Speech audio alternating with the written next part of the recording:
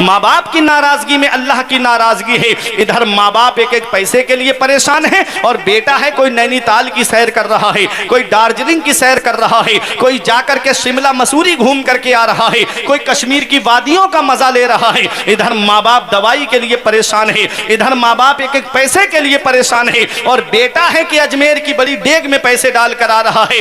याद रखना, नबी फरमाते हैं जिससे उसके माँ बाप राजी हैं उससे अल्लाह राजी, उसका रसूल राजी। घर में रूठे हुए माँ बाप को मना लो, माँ बाप राजी हो गए हाथ उठा के दुआ कर देंगे, तुझे कलियर जाने की जरूरत नहीं पड़ेगी, साबिर पाक खुद तेरे घर पे आ जाएंगे, गरीब नवाज खुद तेरे घर पे आ जाएंगे। माँ बाप की दुआ ऐसी दुआ है, नबी फरमाते हैं माँ बाप की दुआ औलाद के हक में ऐसे कबूल होती है जैसे नबियों की दुआ उम्मत के हक में कबूल होती है। शायर ने कहा था कि तीर खाकर मुस्कुराया असगरे बेशीर ने, तीर खाकर मुस्कुराया असगरे बेशीर ने, मुस्कुराने का सबब समझा फकत शब्बीर ने।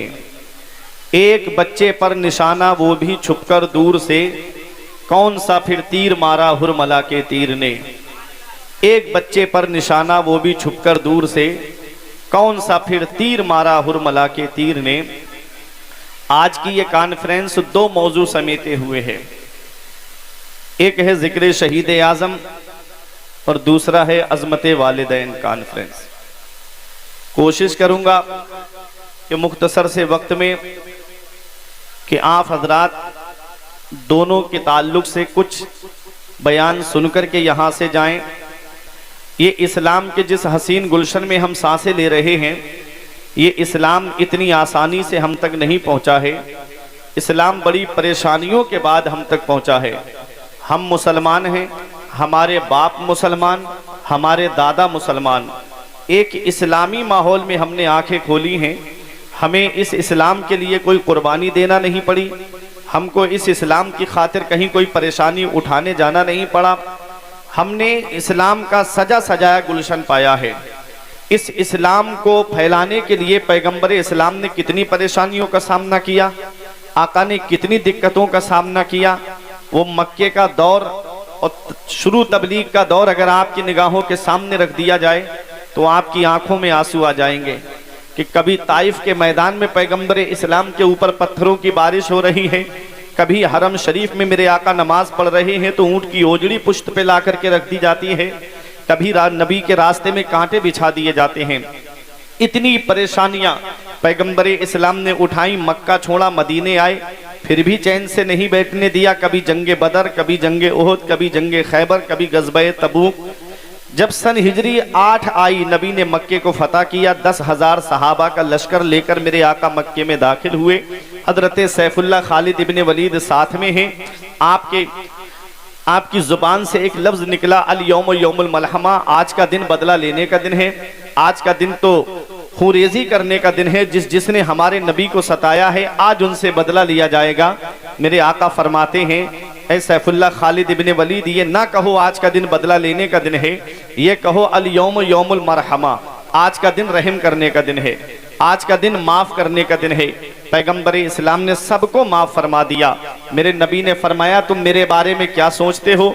सबने एक जुबान होकर कहा कि हमने आपको करीम इब्ने करीम पाया है, आप सखी इब्ने सखी हैं। तो मेरे आका फरमाते हैं, आज मैं तुम सबसे वही कहूंगा जो मेरे भाई यूसुफ ने अपने भाइयों से कहा था, ला तसरीबा अलैकुमुल यौम, आज तुमसे कोई बदला नहीं लिया जाएगा, तुम सब के सब आजाद कर दिए गए हो। आला हजरत की नजर पड़ी तो पुकार उठे, ये वही हैं जो बख्श देते हैं, ये वही हैं जो बख्श देते हैं। कौन इन जुर्मों पे सजा ना करे, दिल को उनसे खुदा जुदा ना करे, बेकसी लूट ले खुदा ना करे। पैगंबर इस्लाम के घर में कई कई दिन तक चूल्हा नहीं जलता था। हजरत आयशा सिद्दीका रजी अल्लाह ताला अन्हा से किसी ने पूछा कि अम्मी जान, चराग में डालने के लिए तेल कहाँ से आता था? तो हजरत आयशा सिद्दीका फरमाती हैं, अगर उस वक्त हमारे घर में चराग में डालने के लिए तेल होता तो हम चराग को जलाते नहीं बल्कि उस तेल को पी जाते। ऐसा दौर भी गुजरा है, कई कई दिन तक मेरे आका के घर में चूल्हा नहीं जलता था।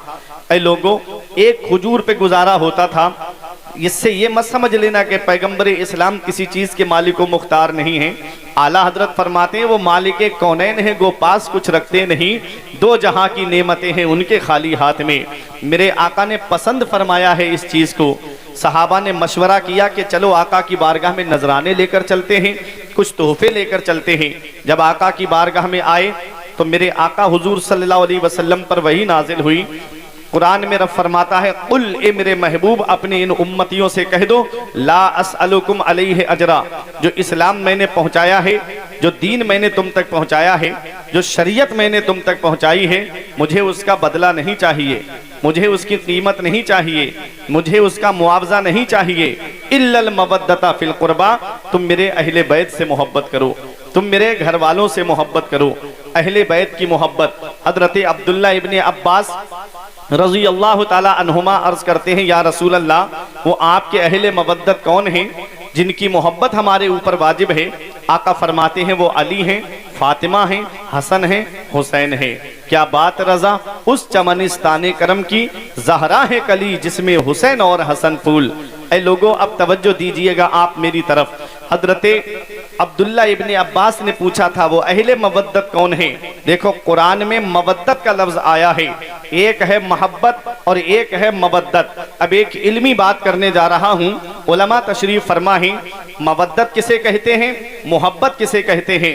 मवद्दत कहते हैं मोहब्बत कहते हैं मैलानुल कल्बी फी शैइही औ फी ज़ातिही, दिल के मैलान को मोहब्बत कहते हैं। दिल जिसकी तरफ माइल हो उसे मोहब्बत कहते हैं, दिल को जो अच्छा लगे उसे मोहब्बत कहते हैं।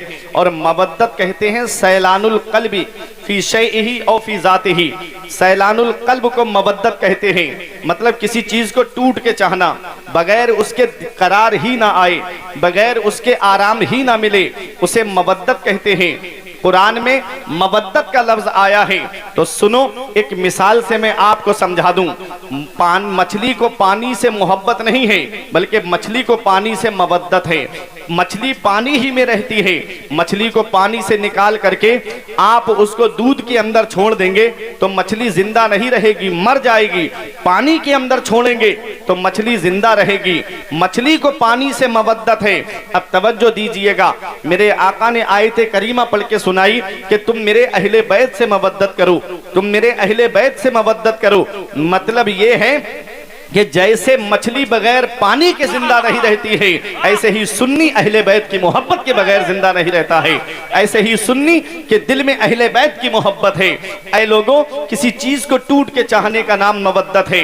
देखो मोहब्बत के लिए एक चीज और है, मोहब्बत जब तक आप देखेंगे नहीं तब तक आपको मोहब्बत नहीं होगी। अभी तक आपने दिलवर शाही को देखा नहीं था, आपने सिर्फ उनका नाम सुना था, कोई आपको मोहब्बत नहीं। आज आपने उनसे कलाम सुने, उनको देखा है तो आपको मोहब्बत बढ़ गई। देखने के बाद मोहब्बत होती है। आका हुजूर सल्लल्लाहु ताला अलैहि वसल्लम ने फरमाया तुम मेरे अहले बैत से मवद्दत करो, मवद्दत करो। मोहब्बत में हो सकता है दिखावा हो जाए, मोहब्बत में बहुत सी जगह ऐसी हैं जहां दिखावा हो जाता है। जैसे आज आदमी क्या कहता है कि मुझे आपसे बड़ी मोहब्बत है, बाहर गया और थोड़ा दूर हटा उसकी बुराई करना शुरू कर देता है। दौरे हाजिर की सियासत का तकाजा है यही, दिल मिले या ना मिले हाथ मिलाए रखिए। ये हालात आज चल रहे हैं। तो आदमी मोहब्बत जो करता है, मोहब्बत में दिखावा भी हो सकता है। और बहुत से दिखावे वाले हैं जो सिर्फ सीना कूटने का नाम मोहब्बत हुसैन समझते हैं, जो सिर्फ ढोल बजाने का नाम मोहब्बत हुसैन समझते हैं। सुनो, तवज्जो दीजिएगा, मोहब्बत में दिखावा भी हो सकता है, लेकिन मवद्दत ऐसी चीज है जिसमें दिखावा नहीं होता है। मवद्दत में कोई दिखावा नहीं है, मोहब्बत में दिखावा हो सकता है। और मोहब्बत जब होगी जब आप देखेंगे। तुम पैगंबर इस्लाम ने फरमाया मेरे अहले बैत से मवद्दत करो। आज 1450 साल गुजर गए हैं, आपके जहन में यह ख्याल आ सकता है कि हमने हुसैन को देखा नहीं है, पता नहीं हुसैन का चेहरा कैसा होगा, पता हमने हुसैन को देखा नहीं है, पता नहीं हुसैन के हाथ कैसे होंगे, हमने इमाम हुसैन को देखा नहीं है, पता नहीं हुसैन चलते कैसे होंगे। हो सकता है कि आपके जहन में यह बात आ जाए कि इमाम हुसैन को हमने देखा नहीं है, इसलिए पता नहीं आका हुसैन चलते कैसे होंगे, बोलते कैसे होंगे। आका ने आयत करीमा पढ़ के सुनाई कि तुम मेरे अहले बैत से मवद्दत करो। मवद्दत का मतलब है टूट के चाहना, उनके बगैर करार ही ना आए। तो मतलब ये हुआ कि 1450 साल गुजर गए हैं, हमने इमाम हुसैन को देखा नहीं है, और हुसैन के नाम का लंगर आज हर घर में बन रहा है। हमने इमाम हुसैन को देखा नहीं है, हुसैन की याद हर घर में मनाई जा रही है। सब कुछ भुला दिया है, मगर याद है हुसैन अब भी हमारे सीनों में आबाद है। हुसैन निकला था जिनके वास्ते, सूरज भी एक दिन उस बेमिसाल बाप की औलाद है हुसैन। नारे तकबीर, नारे रिसालत, अज़मते वालिदैन कॉन्फ्रेंस, जिक्र शुहदाए करबला, मसलके आला हजरत।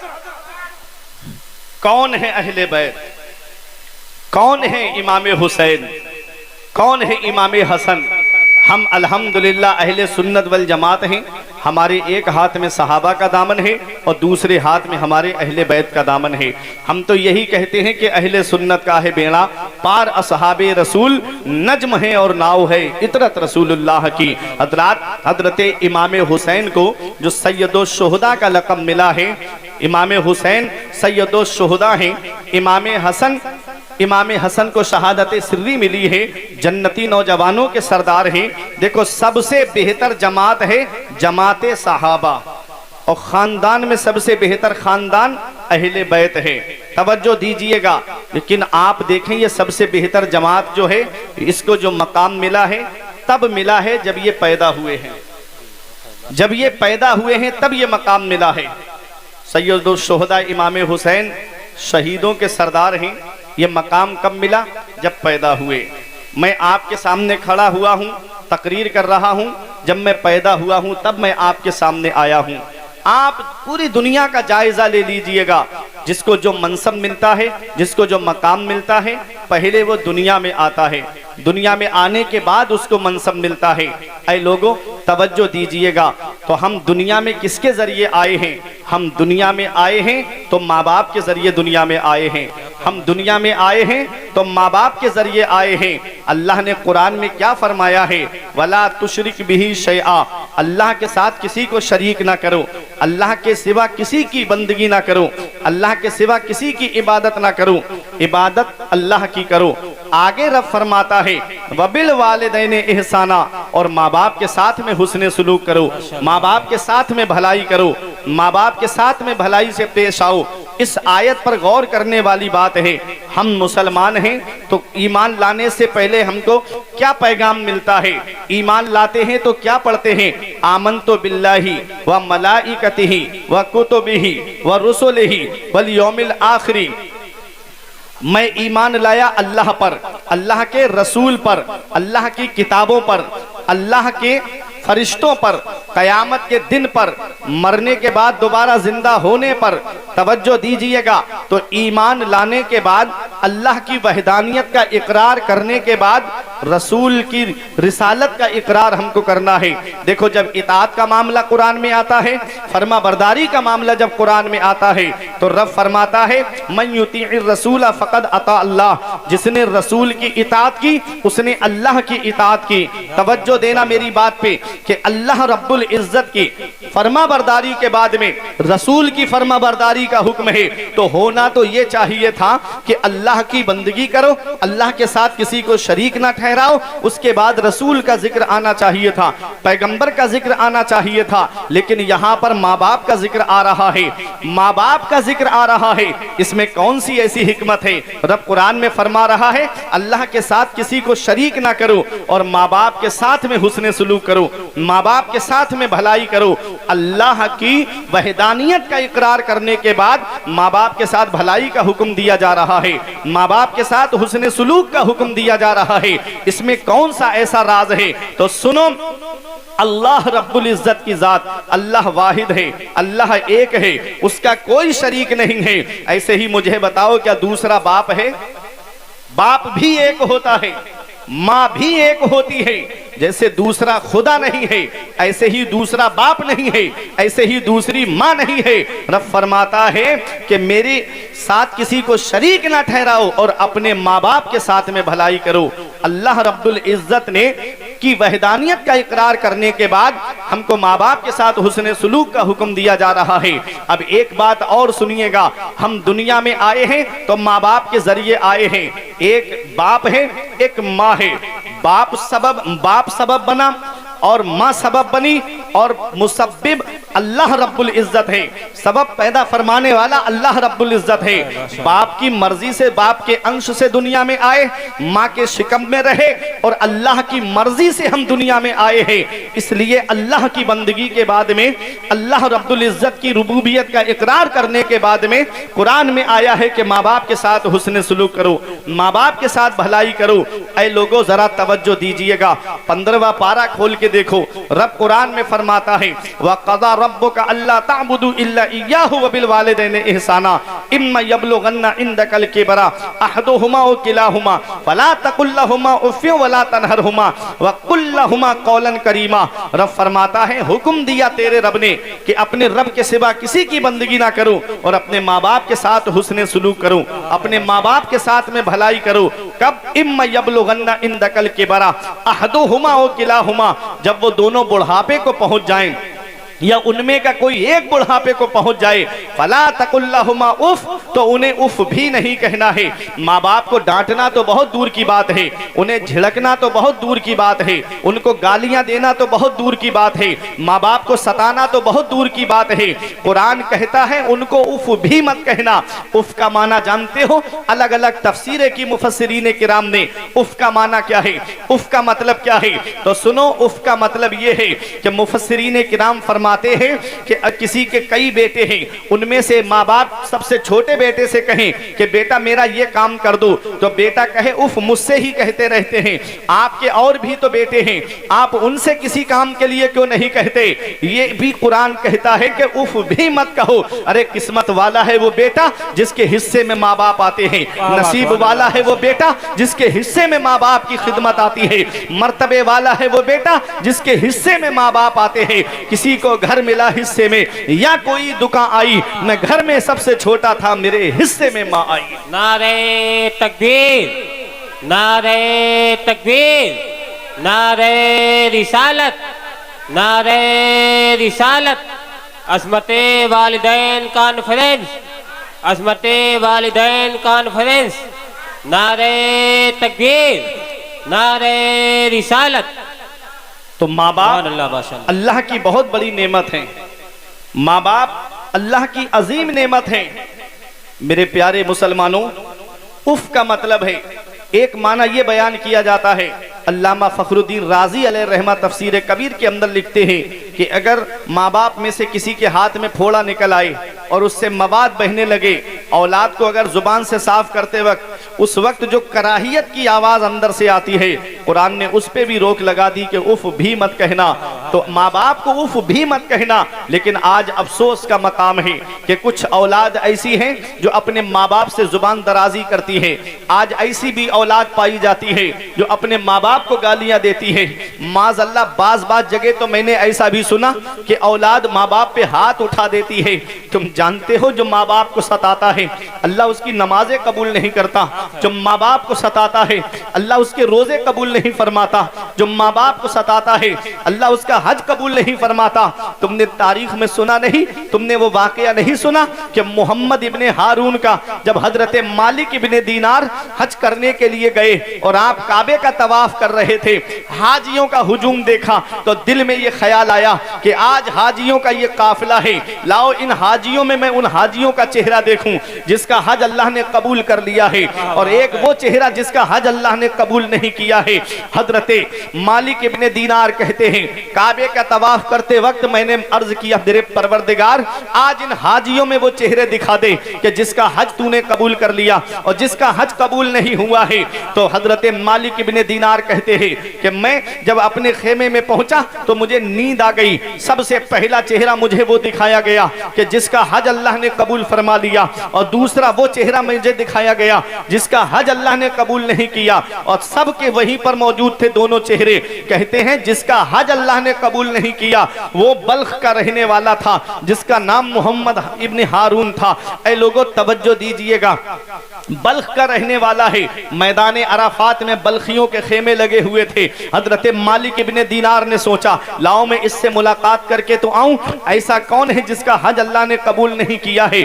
जब गए मालिक इब्ने दीनार तो क्या देखा, पूछा बल्खियों से कि तुम मोहम्मद इब्ने हारून को जानते हो। लोग हैरत से उनको देखने लगे। कहा तुम उसके बारे में कैसे जानते हो, वो तो बड़ा मुत्तकी है, वो तो बड़ा परहेजगार है, वो तो खेमे में भी नहीं है, देखो कहीं जाकर के तन्हाई में इबादत कर रहा होगा। मालिक इब्ने दीनार की हैरत बढ़ गई और आप तन्हाई में उसको तलाश करने लगे। क्या देखा कि एक पहाड़ की बराबर में बैठ करके अल्लाह की इबादत कर रहा है और जब नमाज से फारिग हुआ तो हाथ उठा के दुआ कर रहा था। मालिक इब्ने दीनार पीछे से पहुंच गए और उसको जाकर के सलाम किया। उसने नाम लेके सलाम का जवाब दिया। कहा वालेकुमुस्सलाम या मालिक इब्ने दीनार, ऐ मालिक इब्ने दीनार तुमको भी सलाम हो।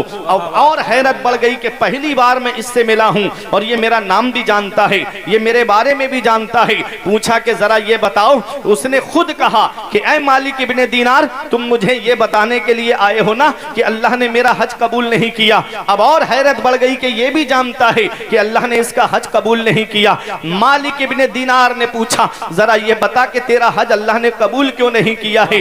ऐ नौजवानों तवज्जो देना। वो रो के कहता है मालिक इब्ने दीनार आज मैं तुमको अपने बारे में बताता हूं। मैं परहेजगार था, मैं अल्लाह की इबादत भी करता था, मैं नेक था, लेकिन मेरे जो दोस्त थे उनकी बैठक अच्छी नहीं थी, मेरे दोस्तों की जो संगत थी वो अच्छी नहीं थी। मेरे दोस्त शराब पीते थे और मेरी उनके साथ में दोस्ती थी।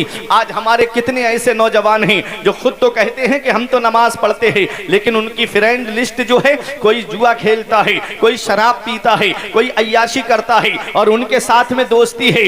याद रखना नौजवानों, मेरे आका इरशाद फरमाते हैं अल मरउ मआ मन अहब्बा, आदमी कयामत में उसी के साथ होगा जिससे वो मोहब्बत करता है। अगर तुम किसी जुआरी से मोहब्बत करोगे तो कयामत के दिन उसी के साथ में होगे। अगर किसी शराबी से मोहब्बत करोगे तो कयामत के दिन उसी के साथ में होगे। अगर किसी अय्याश से मोहब्बत करोगे तो कयामत के दिन उसी के साथ में होगे। और अगर किसी परहेजगार से मोहब्बत करोगे तो कयामत में परहेजगार के साथ होगे। अगर किसी मुत्तकी से मोहब्बत करोगे तो कयामत के दिन मुत्तकी के साथ में होगे। किसी मस्जिद के इमाम से मोहब्बत करोगे तो कयामत के दिन उसके साथ में होगे। अरे वलियों से मोहब्बत करोगे तो कयामत के दिन वलियों के साथ में होगे। वारिसे पाक से मोहब्बत करोगे तो वारिसे पाक के साथ में होगे। हुजूर सूफी निजामुद्दीन अलैहिर्रहमा से मोहब्बत करोगे तो कयामत में सूफी साहब के साथ में होगे। अगर आला हजरत से मोहब्बत करोगे तो कयामत के दिन आला हजरत के साथ होगे। मुफ्ती आजम से मोहब्बत करोगे तो कयामत के दिन मुफ्ती आजम के साथ होगे। ताजुश शरिया से मोहब्बत करोगे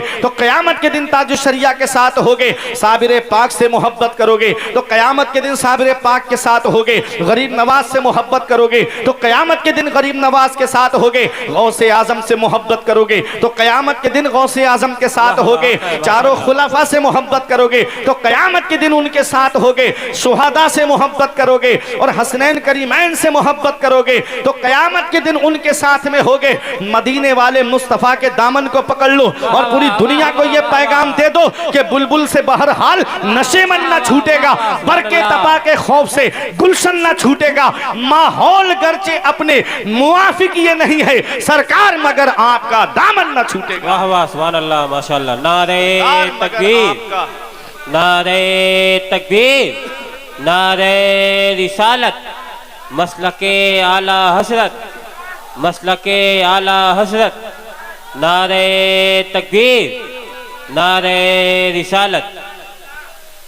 क्या है ये बुरी सोहबत।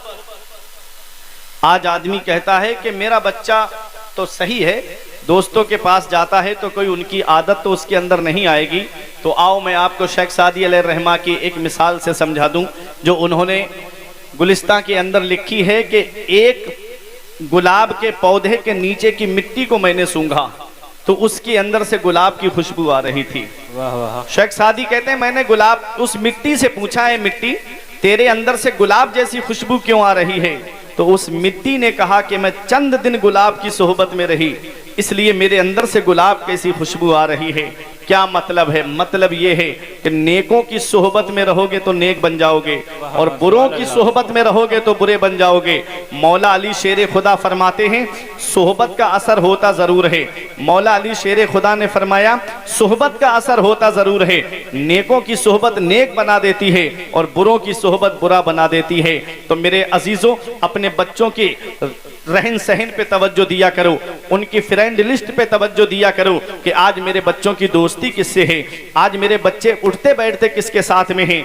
कयामत के दिन ये बहाना नहीं चलेगा कि मौला मुझे पता नहीं था मेरा बच्चा कहाँ जाता था, मुझे मालूम नहीं था कि मेरी औलाद कहाँ जाती थी। नबी फरमाते हैं कुल्लुकुम राइन व कुल्लुकुम मसऊलुन अन रइयतिही, तुम में का हर शख्स जिम्मेदार है और अल्लाह कयामत के दिन हर शख्स से उसकी जिम्मेदारी के बारे में पूछेगा। बाप औलाद का जिम्मेदार है, बड़ा भाई छोटे भाई बहनों का जिम्मेदार है, शौहर बीवी का जिम्मेदार है, शरीयत के अहकाम पहुंचाने के एतबार से मस्जिद का इमाम अपने मुक्तदियों का जिम्मेदार है, बस्ती का आलिम अपनी बस्ती का जिम्मेदार है, हर शख्स जिम्मेदार है और अल्लाह कयामत के दिन हर शख्स से उसकी जिम्मेदारी के बारे में पूछेगा। अपनी औलाद के उठने बैठने पे तवज्जो दो, अपनी औलाद के आने जाने पे तवज्जो दो। आज कितने घरों के अंदर जो है, कितने घरों के अंदर औलाद की वजह से बदनामी की दहलीज पर जाने का नतीजा आ गया है। मेरे अजीजों, मैंने जो बात आपके सामने बयान की थी कि मोहम्मद इब्ने हारून कहता है कि मैं तो नेक था, परहेजगार था, लेकिन मेरे दोस्त शराब पीते थे और ये शराब की लत आप जानते हो, शराब उम्मुल खबाइस है। शराब तमाम गुनाहों की जड़ है। अल्लाह अकबर, उम्मुल खबाइस जिसे कहा गया है वो शराब है। अफसोस होता है कि मुसलमान होने का दावा करने वाले, नबी से मोहब्बत का दावा करने वाले, नबी से सच्ची मोहब्बत का दावा करने वाले और शराब के ठेके पे जब दाढ़ी लगा करके, जब शराब के ठेके पे खड़े होकर के नजर आते हैं तो खून के आंसू आंखों से निकलते हैं। अल्लाह अकबर, कितने अफसोस का मकाम है कि है नबी का आशिक जलसे में आएगा, हाथ उठा के नारा लगाएगा, नबी के नाम पे गर्दन कटा देंगे, लब्बैक या रसूल अल्लाह के नारे लगाएंगे। आप जानते हो लब्बैक या रसूल अल्लाह का माना क्या है? लब्बैक या रसूल अल्लाह का माना है या रसूल अल्लाह मैं हाजिर हूँ, या रसूल अल्लाह मैं हाजिर हूँ। पांचों वक्त की नमाज पढ़ते हो तो नारा लगाओ या रसूल अल्लाह मैं हाजिर हूँ। चेहरे पे सुन्नत रसूल सजी है तो नारा लगाओ या रसूल अल्लाह मैं हाजिर हूँ। अगर तुमने मदीने वाले मुस्तफ़ा सल्लल्लाहु अलैहि वसल्लम की सुन्नतों पे अमल किया है तो नारा लगाओ कि या रसूल अल्लाह मैं हाजिर हूँ। नमाजें छोड़ के कहता है मैं हुसैनी हूँ, शराबे पी के कहता है मैं हुसैनी हूँ, नमाज छोड़ के कहता है मैं हुसैनी हूँ। बता हुसैन ने कब फर्ज ऐन छोड़े हैं? मेरे अजीज, मैं पहुंचा हूँ इस नतीजे पर, नमाज छोड़ दी समझो हुसैन छोड़े हैं। आज हालात इतने बढ़ते जा रहे हैं, तुम क्या समझते हो दुनिया में हमेशा रहने आए हैं? मौत का कोई भरोसा नहीं है, मौत का कोई पता नहीं है। अभी बकरा ईद के बाद तुमने नहीं देखा एक फ्लाइट उड़ी थी लंदन के लिए, तुमने नहीं देखा एयर इंडिया फ्लाइट 242 के करीब लोग उसके अंदर थे और जब वो फ्लाइट क्रैश हुआ तुमने नहीं देखा कि एक घर के 26 लोग थे जो बकरा ईद मनाने के लिए घर पर आए थे, एक आदमी भी उसमें नहीं बचा। एक परिवार के 5 लोग थे, 3 बच्चे और 2 मियां बीबी, डॉक्टर परिवार था, एक भी उसमें से नहीं बचा। मौत का कोई भरोसा है? आज हम शाम को लेटे, सुबह को हमको नहीं पता हम सुबह देख पाएंगे कि नहीं देख पाएंगे। हर वक्त हमारा गुनाहों में कट रहा है। मस्जिदें हमारी सूनी हो गई, मदरसे हमारे वीरान हो गए, हमने सिनेमा हॉल आबाद कर दिए, हर गली कूचों में गाने बजते नजर आ रहे हैं, हर गली कूचों में गानों की आवाजें आ रही है। आदमी के हर धर्मी का मामला यहाँ तक पहुँच गया, अब तो मुहर्रम के जुलूसों में भी गाने बजा करके डांस करते हुए ये नौजवान नजर आ रहे हैं। ये हाल हो गया मेरे अजीजों, न संभलोगे तो मिट जाओगे। ऐ हिंदी मुसलमानों, तुम्हारी दास्तां तक भी ना होगी दास्तानों में। हमें करनी है शहंशाह बतहा की रजा जोई, वो अपने हो गए तो रहमते परवरदिगार अपनी, तरीके मुस्तफा को छोड़ना है वजह बर्बादी, इसी से कौम दुनिया में हुई बे अपनी। आज हम अल्लाह रब्बुल इज्जत के अजाब से नहीं डरते हैं, हम कब्र की सख्तियों को भूल गए, कब्र की तारीकी को भूल गए, कब्र की अंधेरी को भूल गए। अभी यहाँ लाइट चली जाए अंधेरा हो जाए, बतकाज़ाए बशरियत आप डरने लगोगे कि अंधेरा हो गया है, कहीं कोई मेरे ऊपर हमला ना कर दे, कहीं कोई मुझे परेशान ना कर दे। अभी लाइट चली जाए अंधेरा हो जाए आप डरने लगते हो। यहाँ एक दूसरे की मदद के लिए लोग तैयार रहते हैं, पड़ोसी आ जाएंगे मदद के लिए, खानदान वाले आ जाएंगे मदद के लिए कभी सोचा है औरंगाबाद वालों? उस कब्र की क्या काली कोठरी की क्या तैयारी की है, उस कब्र की तारीकी की क्या तैयारी की है? वहां तो अंधेरा ही अंधेरा है, वहां तो रोशनी का कोई इंतजाम नहीं है, वहां तो कोई इन्वेटर भी नहीं होगा, वहां तो कोई बल्ब भी लगा हुआ नहीं होगा। आज मकान बड़ा है, इसमें हमारा दम घुटने लगता है, वो तो छोटी सी कब्र होगी, उसमें हम तन्हा लेटे हुए होंगे और तख्ते लगा दिए जाएंगे, कोई सुराख भी नहीं छोड़ा जाएगा। अगर कोई सुराख नजर भी आएगा तो उसे मिट्टी के ढेले से बंद कर दिया जाएगा कि कोई सुराख भी नजर नहीं आना चाहिए। उस काली कोठरी की क्या तैयारी की हमने, अल्लाह अकबर, उस कब्र की क्या तैयारी की। आज कोई नेकी हमारे नामे आमाल में नजर नहीं आती, फिर भी हम सीना तान के कहते हैं कि हमारी ये नेकी हमको जन्नत में लेकर जाएगी। तुम क्या समझते हो जलसे में आ गए, एक बार हाथ उठाकर नारा लगा दिया तो जन्नत मिल जाएगी? तुम क्या समझते हो जलसे में आ गए और एक बार हाथ उठा करके तुमने नारे लगा दिए तो क्या जन्नत मिल जाएगी? जन्नत मिलना इतना आसान नहीं है जितना आज तुमने सोच रखा है। अम हसिबतुम अन तदखुलुल जन्नता, क्या तुम ये गुमान करे बैठे हो कि जन्नत तुम्हें इतनी आसानी से मिल जाएगी? जन्नत मिलना इतना आसान नहीं है। जिन्हें दुनिया में जन्नती होने की बशारत मिली, जिन्हें दुनिया में जन्नती होने की खुशखबरी मिली, वो हजरत उस्मान गनी को देखिए जो दामादे रसूल है, पैगंबर इस्लाम की दो शहजादियां जिनके निकाह में आई है, जिन्होंने 2 मर्तबा या 3 मर्तबा जन्नत को खरीद लिया है। उस उस्मान गनी की शान और मकाम का आलम देखे जिसे नबी ने दुनिया में जन्नती होने की बशारत अता फरमाई। उनके खौफे खुदा का आलम यह है कि जब जब कब्रिस्तान से गुजरते खड़े होके इतना रोते कि आंखों से आंसू बरसने लगते। देखने वाले देख के कहते, हुजूर बख्शे बख्शाए हो, आप नबी के दामाद हो, दुनिया में जन्नती होने की बशारत मिली है, 2-3 मर्तबा जन्नत को खरीद लिया है, फिर भी आप इतना क्यों रोते हो? तो उस्मान गनी का जवाब सुनो और दिल की तख्ती पे लिख करके ले जाना वो जवाब। जब आप फरमाते हैं कि ये कब्र दुनिया की मंजिलों में सबसे आखिरी मंजिल है और आखिरत की मंजिलों में सबसे पहली मंजिल है, कब्र के सवालों के जवाब में पास हो गया तो आगे उसके लिए आसानियां हैं, और कब्र के सवालों के जवाब में फंस गया तो आगे उसके लिए बड़ी मुश्किलें हैं। आज हम कब्र की तारीकी को भूल गए, आज हम कब्र की सख्तियों को भूल गए। हमारे बुजुर्ग कब्रिस्तान को देख के इतना रोते थे, खड़े होकर के कि आंखों से आंसू बरसने लगते थे। आज हमारी आंख से एक आंसू नहीं निकलता। कब्रिस्तानों में जाएंगे तो हंसेंगे, किसी जनाजे के साथ जाएंगे तो ठट्टा मारेंगे, किसी की मैयत लेकर के जाएंगे तब भी हमारे लबों पे हंसी और मुस्कुराहट होती है। आंखों से अपने तूने कितने जनाजे देखे, कांधे पे अपने तू हाथों से तूने अपने दफनाए कितने मुर्दे। इस बात को ना भूलो, सबका यही हशर है। दुनिया के ऐ मुसाफिर, मंजिल तेरी कब्र है, कोई नहीं बचेगा, मरना सबको है, दुनिया से सबको जाना है। दौलत वाले भी दुनिया से जाते हैं, पैसे वाले भी दुनिया से जाते हैं, सरमाएदार भी दुनिया से जाते हैं, बच्चे भी दुनिया से जाते हैं, जवान भी दुनिया से जाते हैं, बूढ़े भी दुनिया से जाते हैं। ऐ याद रखना औरंगाबाद वालों, किस्मत वाला है वो जब दुनिया से जाए तो इस हाल में जाए कि मोहल्ले के इमाम साहब कह दे, गद्दारे मुस्तफा का नहीं, वफादारे मुस्तफा का जनाजा जा रहा है, आशिके रसूल का जनाजा जा रहा है, गुलामे रसूल का जनाजा जा रहा है। इस हाल में दुनिया से मत जाना कि इधर जनाजा उठे, उधर मोहल्ले के लोग कहे एक जुआरी का जनाजा जा रहा है, एक शराबी का जनाजा जा रहा है, एक अय्याश का जनाजा जा रहा है। तुमने देखा नहीं, बड़े बड़े दौलत वाले, पैसे वाले कोरोना काल में गंगा नदी के किनारे बेगोरो कफन पड़े हुए थे, घर वाले लेने तक नहीं गए, परिजन उठाने तक नहीं गए, उनके अजीज उनको छूने तक नहीं गए। किस्मत वाला है वो बाप जो औलाद के कांधे पे कब्रिस्तान चला जाए, नसीब वाली है वो औलाद जो बाप के कांधे पे कब्रिस्तान चली जाए। किस्मत वाला है वो भाई जो भाइयों के कांधे पे कब्रिस्तान चला जाए। नसीब वाला है वो दोस्त जो दोस्तों के कांधे पे कब्रिस्तान चला जाए। जब दुनिया से जाना हो तो पैगंबर इस्लाम की गुलामी का पट्टा अपनी गर्दन में डाल करके जाना और दुनिया को यह पैगाम देना, ये नाज ये अंदाज हमारे नहीं होते, दामन में अगर टुकड़े तुम्हारे नहीं होते, बेदाम ही बिक जाइए बाजारे नबी में, इस शान के सौदे में खसारे नहीं होते, मिलती ना अगर भीख हुजूर आपके दर से, इस ठाट से मंगतों के गुजारे नहीं होते। नारे तकबीर, नारे तकबीर, नारे रिसालत, नारे रिसालत, जिक्रे शोहदाए करबला, अज़मते वालिदैन कॉन्फ्रेंस,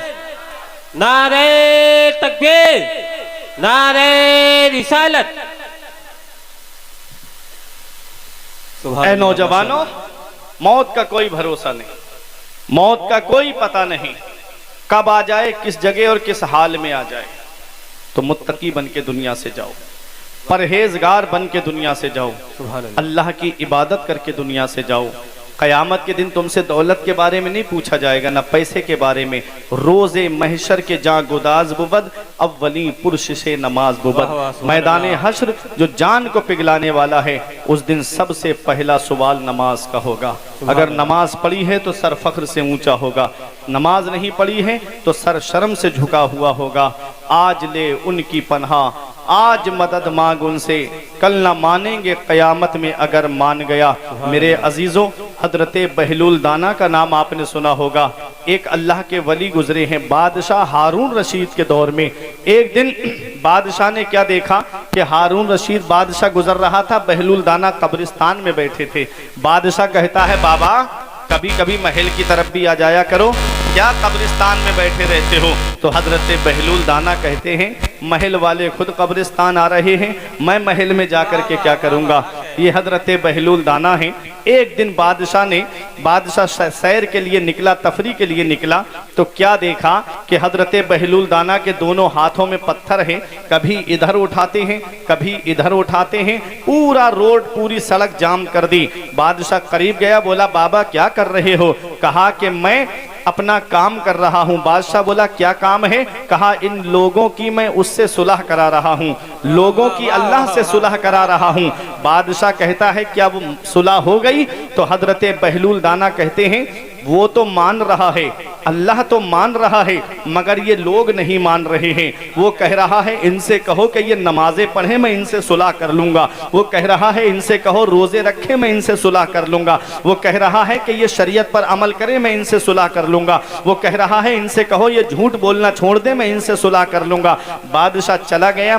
कुछ दिन के बाद बादशाह ने देखा कि वही बहलूल दाना है, कब्रिस्तान है, दोनों हाथों में पत्थर है, कभी इधर पत्थर उठाएं कभी इधर पत्थर उठाएं। बादशाह करीब गया, बोला बाबा वहां सड़क जाम किए थे, रोड जाम किए थे, समझ में आता है वहां लोगों की सुलह करा रहे थे, यहां कब्रिस्तान में क्या काम कर रहे हो? तो हजरत बहलूल दाना कहते हैं बादशाह मैंने अपनी जगह बदली है, अपना काम नहीं बदला है, अपना मिशन नहीं बदला है, मैं यहाँ भी सुलह ही करा रहा हूँ। कहा यहाँ किसकी सुलह करा रहे हो? तो बादशाह से हजरत बहलूल दाना कहते हैं ये जो कब्र में लेटे हैं इनकी अल्लाह से सुलह करा रहा हूँ। बादशाह बोला क्या सुलह हो गई? तो हजरत बहलूल दाना कहते हैं अब ये मान रहे हैं कब्र के अंदर जा करके, अब वो नहीं मान रहा है। जब ये जिंदा थे और रब ने फरमाया था इनसे कहो कि ये फर्मा बरदारी करें, नेक काम करें, मैं इनसे सुलह कर लूंगा, तब रब मान रहा था, ये लोग नहीं मान रहे थे। अब मरने के बाद कब्र में पहुंचे हैं और जब इन्होंने कब्र की सख्तियों को देखा है तो अब ये मान रहे हैं, वो नहीं मान रहा है। मेरे अजीजों, जिंदगी की डोर चल रही है, मौत का कोई भरोसा नहीं है। आज जिस औलाद को मोबाइल चलाने से फुर्सत नहीं मिलती, आज जिस औलाद को व्हाट्सएप देखने से फुर्सत नहीं मिलती, आज जिस औलाद को इंटरनेट चलाने से फुर्सत नहीं मिलती, तुम क्या समझते हो वो तुम्हारी कब्र पे जाकर कुरान पढ़ेंगे? तुम क्या समझते हो वो तुम्हारी कब्र पे जाकर के ईसाले सवाब करेंगे? अपनी नेकी खुद करके जाओ। हमारे बुजुर्गों ने फरमाया सबसे बड़ा अक्लमंद इंसान वो है जो अपनी नेकी खुद करके जाए, और सबसे बड़ा बेवकूफ इंसान वो है जो अपनी नेकी दूसरों पे डाल करके जाए। पता नहीं औलाद ने मरने के बाद कुरान खानी कराई या नहीं कराई। इसलिए मेरे अजीजों, इल्मी साहब फरमाते हैं पढ़ के तू कुरान को अब जमा कर ले कुछ सवाब, कब्र पर फिर कौन आए फातिहा के वास्ते। काम वो कर ले प्यारे जिसके 22 कब्र में बागे रिजवा से खुले खिड़की हवा के वास्ते। काम दोजक के किए जन्नत का है उम्मीदवार, कसरे जन्नत तो बना है बारसा के वास्ते। मेरे अजीजों, मैं अर्ज ये कर रहा था कि मोहम्मद इब्ने हारून कहता है कि मैं तो नेक था लेकिन मेरे दोस्त जो थे वो शराबी थे, और शराब बात आ गई तो एक चीज और बता दूं, हम सिर्फ जुबानी मोहब्बत का दावा करते हैं, सहाबाए किराम की मोहब्बत देखो, बड़ी बड़ी कीमती शराबें उनके घर में मंडकों में भरी हुई थी, और आप ने जब हुक्म फरमाया कि शराब हराम हो चुकी है, पैगंबर इस्लाम ने फरमाया शराब हराम है, कोई शराब को हाथ ना लगाए। मोहब्बत हो तो ऐसी हो, सहाबाए किराम ने तमाम मटकों को उंडेल दिया और शराब मदीने की नालियों में बह रही थी। किसी ने कहा कि इसको बेच देते, पैसा मिल जाता, बड़ी कीमती शराब थी। कहा नहीं, पैगंबर इस्लाम ने जब हराम कर दी है तो ये हमारे लिए हराम हो गई है। अल्लाह अकबर। सारी शराबें अहले मदीना ने फेंक दी, सारी शराबें अहले मदीना ने फेंक दी। कैसा नशा था इश्क़ नबी की शराब में, ये मोहब्बत थी, ये सहाबाए किराम का प्यार था। अरे सोना जब हराम हुआ, मर्द के लिए सोना हराम है। मेरे आका हुजूर सल्लल्लाहु अलैहि वसल्लम की बारगाह में एक सहाबी आए, उनके पास सोने की अंगूठी थी। मेरे आका हुजूर सल्लल्लाहु ताला अलैहि वसल्लम ने उनकी तरफ से नजर रहमत को फेर लिया। सहाबी हैरत में पड़ गए कि आज आका ने अपनी नजर रहमत मेरी तरफ नहीं उठाई। फिर सामने आए, आका ने फिर नजर रहमत को फेर लिया। अल्लाह अकबर। सहाबी रसूल ने पूछा कि आज बात क्या है, तो दूसरे सहाबी ने कहा कि तुम्हारे हाथ में सोने की अंगूठी है। पैगंबर इस्लाम ने फरमाया है सोना मर्द के लिए हराम है। इतना सुनना था, सहाबी ने सोने की अंगूठी हाथ से निकाली और दूर फेंक दी। किसी ने कहा फेंक क्यों दी? अरे तुम अपने घर ले जा करके अपनी बीवी को दे देते। सोना औरत के लिए हराम नहीं हुआ है, मर्द के लिए हराम हुआ है। अपनी बीवी को ले जा करके ये अंगूठी दे देते, या इसको बेच करके इसकी कीमत अपने पास में रख लेते। सहाबा की मोहब्बत देखिए। कहा पैगंबर इस्लाम ने इस अंगूठी को देख करके नजर रहमत मेरी तरफ नहीं उठाई है, इसलिए मैं इसको अपने पास नहीं रखूंगा। ये मोहब्बत थी सहाबाए किराम की। आज हम शराब की हुर्मत सुनते हैं लेकिन शराब को छोड़ते नहीं हैं। आज हम नमाज छोड़ने में कितना बड़ा गुनाह है ये जानते हैं, लेकिन फिर भी नमाजें छोड़ रहे हैं। ऐ लोगों, सच्ची मोहब्बत यही है कि हम रसूल के बताए हुए तरीके पे चलें, पैगंबर इस्लाम के बताए हुए रास्ते पे चलें। शराब को अरबी में खम्र कहा जाता है और खम्र के माना है ढांप लेना, खम्र के माना है छुपा लेना। ये उलमा जानते हैं, इसीलिए दुपट्टे को खिमार कहते हैं अरबी में। औरत जब दुपट्टा ओढ़ती है तो पूरे सर को दुपट्टा ढांप लेता है, पूरे सर को दुपट्टा छुपा देता है। इसीलिए अरबी में शराब को खम्र कहते हैं। जब कोई शराब पीता है तो शराब उसकी अक्ल को ढांप लेती है, शराब उसकी अक्ल को छुपा देती है। फिर वो बड़े छोटे का तमीज नहीं करता है, फिर वो माँ बेटी का तमीज नहीं करता है, फिर वो बहन बेटी का तमीज नहीं कर पाता है, फिर जगह जगह गालियां देता है और नालियों में पड़ा होता है। कितनी बुरी चीज है ये शराब। और मैंने अपने नौजवानों को कैंपा में शराब को मिला करके पीते हुए देखा। ये हाल आज हमारे नौजवानों का होता जा रहा है। नई नस्ल बर्बाद हो गई शराब के करीब जाकर के। मेरे आका ने फरमाया था एक वक्त मेरी उम्मत पे ऐसा आएगा कि वो शराब का नाम बदल करके पिएंगे। आज शराब का नाम बदल करके कोई उसको बियर बता रहा है, कोई उसको फलों का जूस बता करके पी रहा है। शराब का नाम बदल करके आज कितनी ड्रिंक आ गई, शराब का नाम बदल करके। अल्लाह अकबर। उसको मेरे नौजवान पीते हुए नजर आते हैं। ऐ लोगों, शराब शराब होती है, हर नशा आवर चीज हराम है। जिस चीज से नशा आए उस चीज को शरीयत ने हराम करार दिया है। ऐ लोगों, ये शराब कितनी बुरी चीज है। पैगंबर इस्लाम ने कसम खा के फरमाया है, कसम है उस जात की जिसके कब्जे में मोहम्मद की जान है, तुम शराबी को कब्र में दफन करके आते हो, उसका चेहरा काबे की तरफ करके आते हो। नबी फरमाते हैं शराबी की कब्र खोल के देख लेना, अल्लाह उसका चेहरा काबे से फेर देता है। बताओ, काबे से चेहरा फेर दिया जाए, कहीं ऐसा ना हो कि पैगंबर इस्लाम कब्र में हमसे अपना चेहरा अनवर मोड़ ले, तो फिर कौन है जो हमारे काम आएगा। और रात रात भर मोबाइल की स्क्रीन पे जागने वालों और शराब के अड्डों को आबाद करने वालों, कहीं ऐसा ना हो कि आका हमसे अपना चेहरा अनवर मोड़ ले, तो फिर कौन है जो कब्र में हमारी मदद करेगा। इसी को मेरे इमाम ने कहा था, उनको रहम आए तो आए वरना वो कड़ी मार है क्या होना है। छुप के लोगों से किए जिसके गुनाह वो खबरदार है क्या होना है। कल तो दीदार का दिन है और यहाँ आंख बेकार है क्या होना है। हाय बिगड़ी तो कहाँ आकर नाओ, ऐन मझधार है क्या होना है। कल तो दीदार का दिन है और यहाँ आंख बेकार है क्या होना है। हम भूल गए कि मरने के बाद कब्र के अंदर जाना है। वो मोहम्मद इब्ने हारून जो कहता है, मैं नेक था, मेरे दोस्त शराबी थे। एक दिन चांद रात रात हो, चांद हो चुका था, रमजान शरीफ का चांद निकल चुका था, लोग मस्जिदों में तरावी की नमाज पढ़ रहे थे। मेरे दोस्त मुझको शराब की दुकान की तरफ लेकर चले गए, जबरदस्ती मेरे हाथ में जाम थमा दिया, और जब मैंने एक दो शराब का घूंट पिया, फिर मैं पूरा जाम पी गया। अब मैं घर पे आया तो शराब के नशे में धुत था। मैंने अपना दरवाजा खटखटाया, मेरी माँ ने दरवाजा खोला, मेरे मुंह से शराब की बू आई। माँ ने गुस्से में आकर के एक तमाचा मारा मेरे और कहा कि जालिम, लोग मस्जिद में खुदा की इबादत कर रहे हैं, लोग मस्जिद में नमाज पढ़ रहे हैं, और तू इस मुबारक महीने में शराब पीकर आया है। माँ ने जब जोरदार तमाचा मेरे मुंह पर मारा तो दो जुनून इकट्ठा हो गए, एक शराब का जुनून और दूसरा गुस्से का जुनून। मोहम्मद इब्ने हारून कहता है, मैंने भी अपनी माँ के ऊपर हाथ उठा दिया, और जब मैंने माँ को थप्पड़ मारा, मेरी माँ दूर जाकर गिरी, फिर भी मेरा गुस्सा ठंडा नहीं हुआ। घर में तंदूर जल रहा था, मैंने अपनी माँ को उठाया, जलते हुए तंदूर के अंदर डाल दिया। मेरी बीबी ने बहुत बचाने की कोशिश की, लेकिन मेरी माँ को बचा नहीं पाई। माँ का इंतकाल हो जाता है, बीबी ने धक्का दिया, मैं चारपाई पे जाकर के गिरा, मैं सो गया। रात में जब नशा उतरा शराब का मेरे ऊपर से, तब मैंने अपनी माँ को पुकारा, मैंने कहा अम्मी भूख लगी है, खाना दे दो। मैंने माँ से कहा माँ भूख लगी है, खाना दे दो। मोहम्मद इब्ने हारून कहता है, मेरी बीबी ने गुस्से में मुझसे कहा, जालिम, माँ का मर्डर करके खाना मांगता है, माँ को कत्ल करके खाना मांगता है। इसने कहा मैं अपनी माँ को कैसे कत्ल कर सकता हूँ। तब मेरी बीबी ने कपड़ा हटा के दिखाया, मेरी माँ जल चुकी थी, माँ का इंतकाल हो चुका था। कहा जालिम, शराब पी के आया था, तूने शराब के नशे में अपनी माँ के ऊपर हाथ उठाया और जलते हुए तन्नूर के अंदर डाल दिया। अब ये उठा और कहा कि ये हाथ उठा था ना मेरी माँ के ऊपर, एक धारदार हथियार से अपने उस हाथ को काट देता है। उसके बाद जंगलों में निकल गया।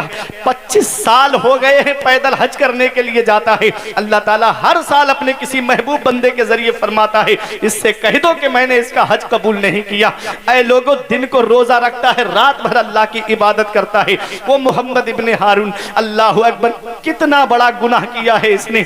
माँ बाप को हाथ उठाने वाले जरा सोचे, माँ बाप को गालियां देने वाले जरा सोचे। यही मोहम्मद इब्ने हारून है, कहता है कि मैं 25 साल से पैदल हज करने बल्ख से आता हूँ मक्का, आज तक मैं तौबा कर रहा हूँ, लेकिन मेरी तौबा कबूल नहीं हुई है। परवरदिगार आलम हर साल अपने किसी महबूब बंदे के जरिए फरमाता है, इससे कह दो कि मैंने इसका हज कबूल नहीं किया। जरा वो औलाद सोचे जो माँ बाप को सताती है, जरा वो बेटे सोचे जो माँ बाप के ऊपर जुल्म करते हैं।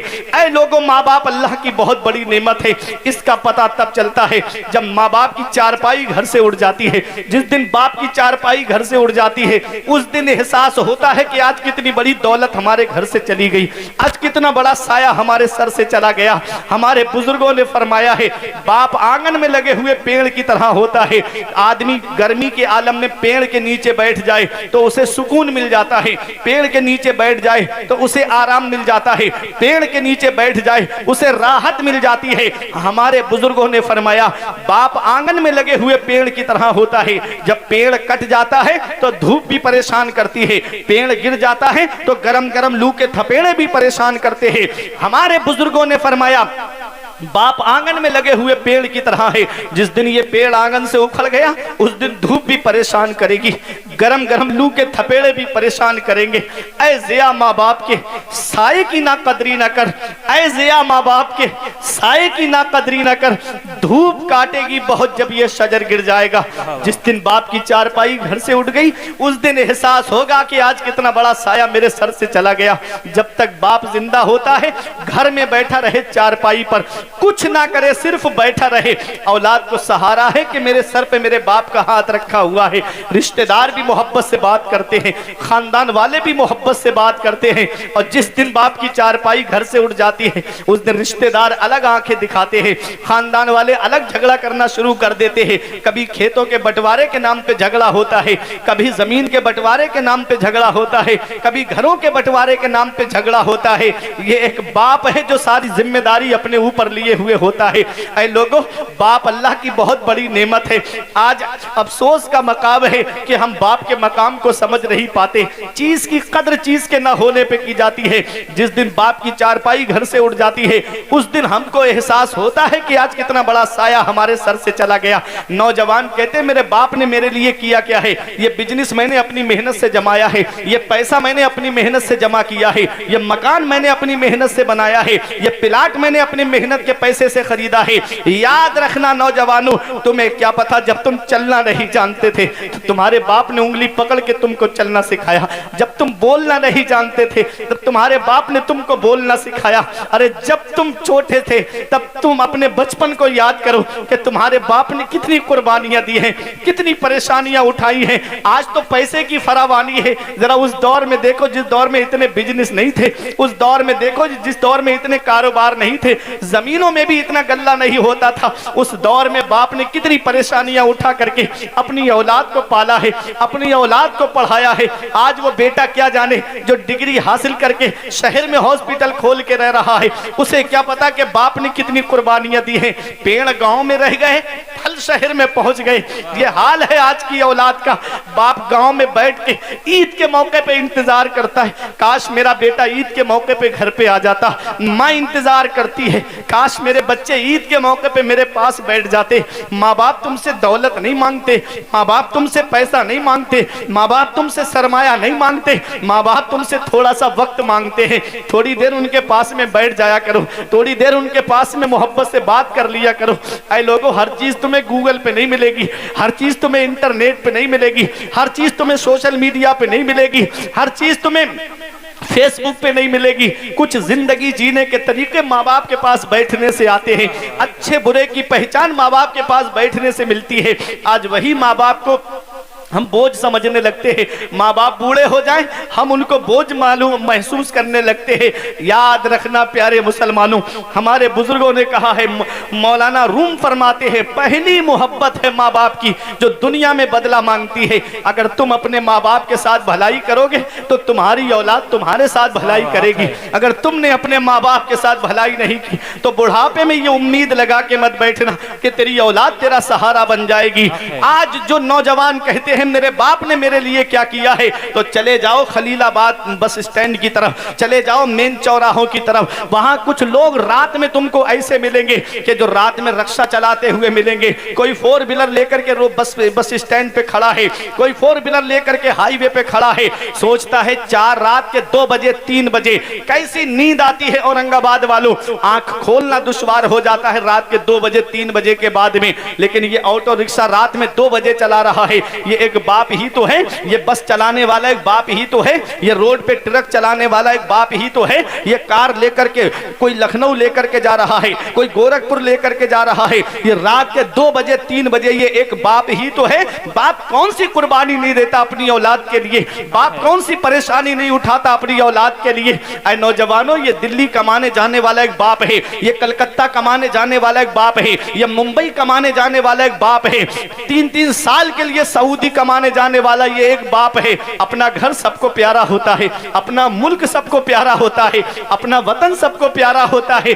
लेकिन ये बाप है जो औलाद की खातिर अपना घर छोड़ देता है, बाहर कमाने के लिए जाता है। 4 पैसे जमा हो जाएंगे, मेरी औलाद के खर्चे में काम आएंगे। 4 पैसे जमा हो जाएंगे, मेरी औलाद की पढ़ाई में काम आएंगे। 4 पैसे जमा हो जाएंगे, मेरी औलाद की तालीम में काम आएंगे। अरे नौजवानों, ये स्कूल की फीस भरने वाला बाप है, ये कोचिंग की फीसें भरने वाला बाप है, ये यूनिवर्सिटी की फीसें भरने वाला बाप है, ये स्कूल की फीसें भरने वाला एक बाप है। अरे इंजीनियर बनाने वाला एक बाप है, डॉक्टर बनाने वाला एक बाप है, मास्टर बनाने वाला एक बाप है, प्रोफेसर बनाने वाला एक बाप है, हाफिज बनाने वाला एक बाप है, आलिम बनाने वाला एक बाप है, मुफ्ती बनाने वाला एक बाप है, कारी बनाने वाला एक बाप है। बाप क्या नहीं करता अपनी औलाद के लिए, बाप कौन सी कुर्बानी नहीं देता अपनी औलाद के लिए। इस वक्त के बारे में तो सोचा भी ना था। बेटों से बुढ़ापे में हुई खत्म रसाई, घर बार तो बांट लिए शौक से फुरकान, हिस्से में किसी के मगर मां नहीं आई। वक्त ठुकरा देगा एक दिन मेरी सारी ये कुर्बानियां, दामने उम्मीद में फकत नाकामियां रह जाएंगी। शादियों के बाद तो बेटे अलग हो जाएंगे, बाप के हाथों में फकत बैसाखियां रह जाएंगी। बुढ़ापा क्या जवानी क्या, ये बचपन बांट लेते हैं। न होगा दिल में गुंजाइश तो आंगन बांट लेते हैं, नहीं मंजूर हिस्से में किसी बेटे को अपनी माँ, मगर आपस में बूढ़ी माँ के कंगन बांट लेते हैं।